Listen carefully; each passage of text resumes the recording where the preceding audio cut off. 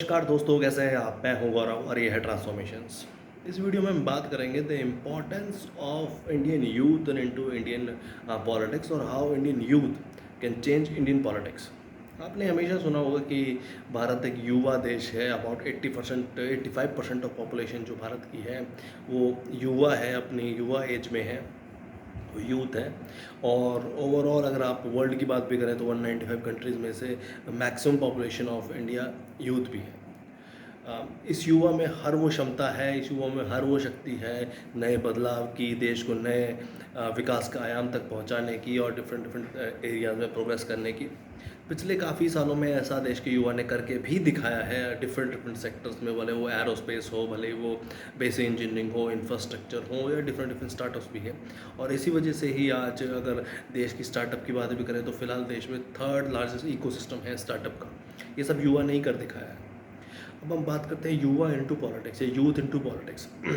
हमेशा से ऐसा कहा गया, बहुत बड़े बड़े लोगों ने, साइंटिस्ट ने, रिसर्चर्स ने, या बहुत सारे लोग जो इंटेलेक्चुअल लोग हैं, उन सब लोगों ने बोला कि भारत की दशा और दिशा फिलहाल युवाओं के हाथ में है और युवा ही इसके अंदर बहुत बड़ा चेंज ला सकते हैं। उनके अंदर वो एनर्जी है, वो एंथुजियाज्म है, वो सारी क्वालिटीज़ हैं कि वो देश को प्रगति की राह पे ले जा सके। पर एक मूलभूत सवाल, एक एक आयरनी ये है कि कितने नए युवाओं को ये अपॉर्चुनिटी मिलती है कि वो इंडियन पॉलिटिकल या इलेक्टोरल सिस्टम का हिस्सा बन सके और नए बदलाव की रूपरेखा लिख सके। एक भी नहीं।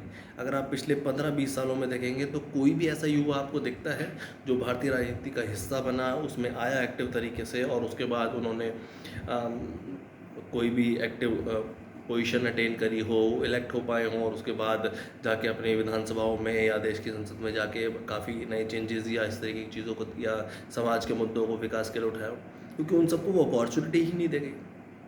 इन्हीं सब चीज़ों को देखते हुए ट्रांसफॉर्मेशन हमारा एक पहला सोशल पॉलिटिको प्लेटफॉर्म है, जो कि सोशल पॉलिटिकल प्लेटफॉर्म है, और देश के युवाओं को, यूथ को ये अपॉर्चुनिटी देता है, फ्री ऑफ कॉस्ट अपॉर्चुनिटी देता है कि अपनी विचार के साथ, अपनी विचारधारा के साथ वो आएँ हमारे प्लेटफॉर्म पे, अपनी विचारधारा शेयर करें ताकि उनकी विचारधारा पूरे देश तक पहुँच सके। एक इस तरीके का प्लेटफॉर्म बन सके ताकि कोई भी ऐसा कोई युवा, ऐसा कोई सिटीजन जिसके पास विचारधारा है, जिसके पास विज़न है, मिशन है, और ऐसा कोई बैक एंड पॉलिटिकल सपोर्ट नहीं है, ऐसा कोई बैक एंड पॉलिटिकल एक तरीके से बैकग्राउंड नहीं है, घर परिवार से उसके कोई पॉलिटिक्स में नहीं रहा है, बट उसके पास एक विचारधारा है, वो पॉलिटिक्स का हिस्सा बनना चाहता है, वो एक्टिव इलेक्टोरल सिस्टम का हिस्सा बनना चाहता है और नई देश के विकास की रूपरेखा लिखना चाहता है और अपने विचारों को आम जनमानस तक, आम जन तक पहुँचाना चाहता है। तो ये प्लेटफॉर्म्स की ज़रूर मदद करेगा, आप इसका हिस्सा बनिए।